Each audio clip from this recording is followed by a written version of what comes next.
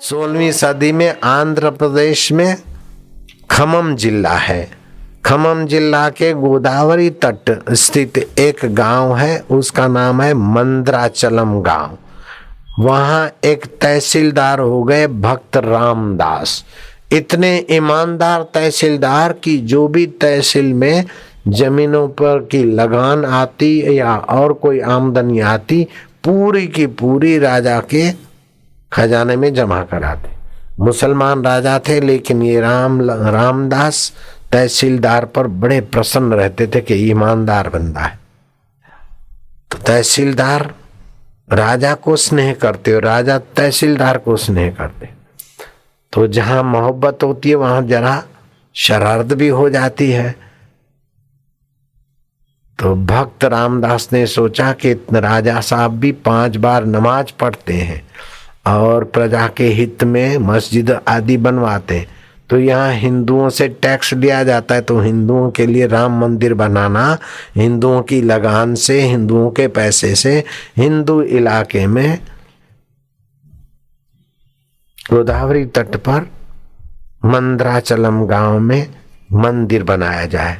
तो जो भी लगान की आमदनी थी वो राजकोष में जमा नहीं कराई और मंदिर की नींव शुरू हो गई। बढ़िया मंदिर बनाना है। साल भर पूरा हुआ, 1 रुपया भी खजाने में नहीं आया। शैतान लोगों ने राजा के कान भरे और राजा गुस्साया कि 1 रुपया भी रामदास के तरफ से नहीं आया और मंदिर बनवा रहा है अपने बाप का माल समझ के। जाओ सिपाही और मंत्री उसको चोर की नाई पकड़ के हथकड़ियां डाल कर ले आओ मेरे सामने।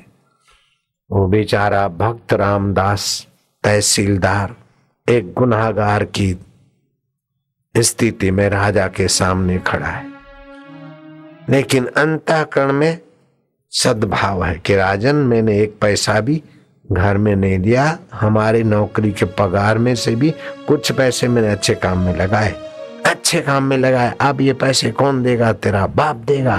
बोले मैं राम लखन जी का, राम भैया लखन भैया का मंदिर बना रहा हूं, अगर आप नहीं चाहते तो वही आपको दे देंगे। राजन, आप दुखी मत हो, आप क्रोधी मत हो, आप क्रोध के साथ दुख के साथ मिलो मत। मूर्ख कहीं का, मुझे अक्ल देता है, मेरे आंखों से दूर कर दो। 7 दिन तक जेल में पड़ा रहे। 7वें दिन की प्रभात तक इसका लखन भैया राम भैया पैसा नहीं चुका गया तो इसको फांसी लगा दी जाएगी। अब उस तहसीलदार को जेल में डाल दिया गया। बैठे बैठे भगवान को कहता है, प्रभु जी, मैं तो सब में आप हैं और आपकी उपासना करके सबका माधुर्य, सबका ऐश्वर्य, सबका ज्ञान विकसित हो, ऐसा मैंने किया। और फिर मेरे को जेल में ये सूखी रोटियां खानी पड़ी और गर्म पानी पीना पड़े, बाल्टी में रखा पानी, और 7वें दिन मेरी मौत आई होगी। आप ऐसे ही बैठे रहेंगे तो आपकी भक्ति कैसे करेंगे लोग? प्रभु, दीन दयाल बिरद संभारी, हरऊ नाथ मम संकट भारी। लेकिन एक बार बोलने से या एक दिन पुकारने से कोई साधारण आदमी है क्या कि जल्दी आ जाए? भगवान भी तो भगवान है। पुकारते पुकारते 1 दिन 2 दिन 3 दिन 4 दिन हुआ, थोड़े शांत हो जाए। 6ठे दिन की रात हुई, बोले कल की प्रभात तो मैं फांसी चढ़ जाऊंगा, महाराज कुछ करिए ना। ऐसे प्रार्थना करते करते शांत हो गए तो भगवान का चित्त भक्त वत्सल राजा के कमरे में राम लखन प्रकट हुए। राजा को थपथपाया, उठो, ये लो 2 थैलियां अशरफियों की, तुम्हारे मंदिर में जो खर्च हुआ है। मंद्राचलम गांव में गोदावरी तट पर जो राम लखन का मंदिर, उसमें जो खर्च हुआ है ये अशरफियां गिन लो, उससे भी थोड़ी ज्यादा है, ब्याज समेत रकम ले लो। लड़कों को देखते ही राजा का चित्त प्रसन्न होने लगा। बोले, इस प्रभात वेले तुम आए हो, तुम कौन हो? बोले, मैं तो रामू भैया हूं और ये लखू भैया है, हम दोनों भाई हैं। जरा आपके आदमी को बोल दो, अंगरक्षक को, कि मंत्री को बोले हमें पर्ची दे दे, हमें पैसे मिल गए ऐसे। अंगरक्षक आए, अजगैबी लोग हमारी नजर बचाकर कैसे आ गए महाराज। ये कुछ बोले नहीं नहीं, ये आदर करने जैसे लगते हैं, इनको पर्ची दिला दो। राजा तो ठगा सा देखता रह गया। 7वां दिन है, प्रभात को मंत्री और सिपाही आए हैं।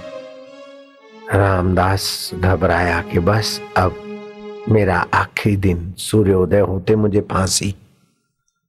मंत्री ने कहा कि तहसीलदार साहब, आज का दिन आपका सुवर्ण का दिन है। राजा साहब अपनी गलती का प्रायश्चित कर रहे हैं, आपको बाइज्जत बुलाया गया राज दरबार में। आपकी फांसी बदल गई आपके सम्मान में। आपके 2 भेजे हुए लड़के पैसे दे गए। कौन लड़के? मैं तो नहीं जानता हूं। अरे बोले रामू भैया, लखू भैया करके अशरफियों की 2 थैलियां दे गए हैं, और ये लो पर्ची, उसकी पहुंच की कॉपी। तब मन में आया कि हम भगवान का चिंतन करते तो भगवान से मिलते हैं, ऐसे ही चिंता करते तो दुखों से मिलते हैं, भय से जुड़ते तो भय से मिलते हैं, क्रोध से जुड़ते तो क्रोधी हो जाते हैं, रोग से मिलते तो रोगी मान लेते हैं। लेकिन सतचित आनंद का चिंतन करके सच्चिदानंद का सामर्थ्य, ऐश्वर्य और माधुर्य भी हमारे जीवन में आ जाता है। तहसीलदार के चित्त में चमक आ गई और आंखों में दिव्यता आई। वो तो सट नहाए धोए जेल में से निकले, राजा साहब के पास खड़े हो गए। राजा उठ के सिंहासन से नीचे उतरे के तहसीलदार रामदास, तुम्हारी भक्ति और तुम्हारा लोक उपकार और तुम्हारा सोचने का सकारात्मक तरीका से मैं बेहद खुश हूँ। और क्या पता कौन युवक 2 भाई आए, रामू भैया लखू भैया, ये अशरफियों की थैलियां दे गए।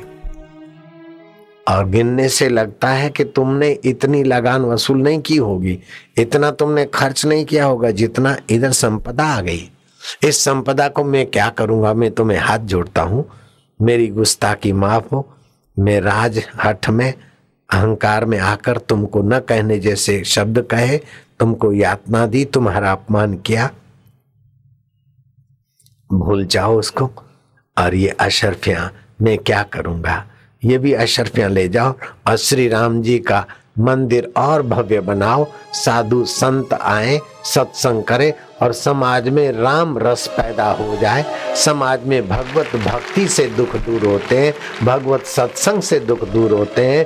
कानून से, डंडे से अथवा सुख सुविधाओं से दुख दूर नहीं होते हैं। दुख हारी प्रभु की भक्ति से, प्रभु के ज्ञान से, प्रभु जनों के संतों से दुख दूर होते हैं। संत आते जाते रहे, बड़ा कोई मंडप बन जाए, संत निवास बन जाए, राम लखन भैया का मंदिर बन जाए। तहसीलदार, तुम्हारा और हमारा शरीर तो मर जाएगा, लेकिन राम मंदिर का झंडा फहराता रहेगा। और इस बात को जानकर लोगों को भगवान की प्रीति, भगवान का आनंद, भगवान कहो, अल्लाह कहो, रामदास एक ही 2 बात है। राजा सत्संगी था, राजा के मन में संकीर्णता नहीं थी। तो मैं आपको बिल्कुल की बात कहता हूं कि आप अपने चित्त में भगवान के स्वभाव को जागृत करो।